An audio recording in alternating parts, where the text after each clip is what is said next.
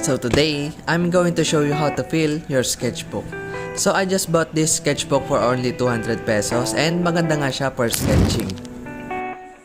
So when you're starting in to draw on your sketchbook, it is better na planuhin mo muna mabuti kung saan kayo pwedeng mag-focus. Like practicing some face, proportions, and body figure.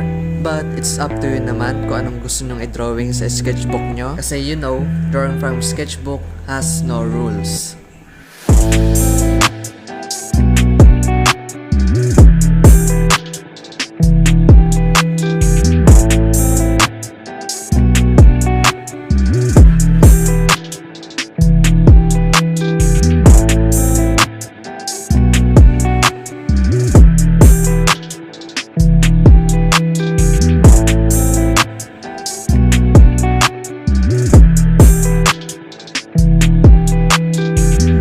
So sometimes when I'm practicing on my sketchbook, I just draw repeatedly and of course with a reference to able to remember the features of the face and also to create some styles on it.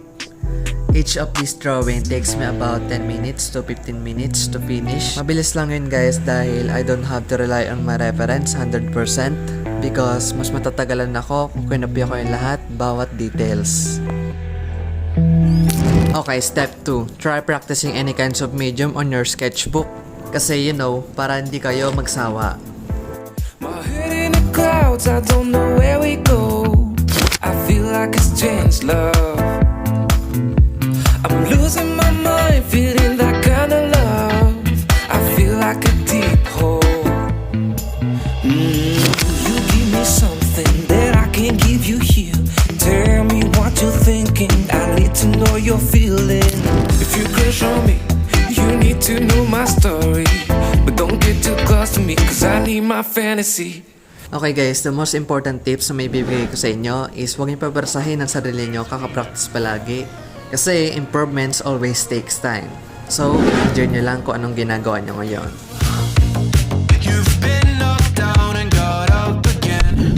In a corner, you're surrounded, no defenders. You've hid your fury and kept it in. But it's time now you ignite and turn to embers.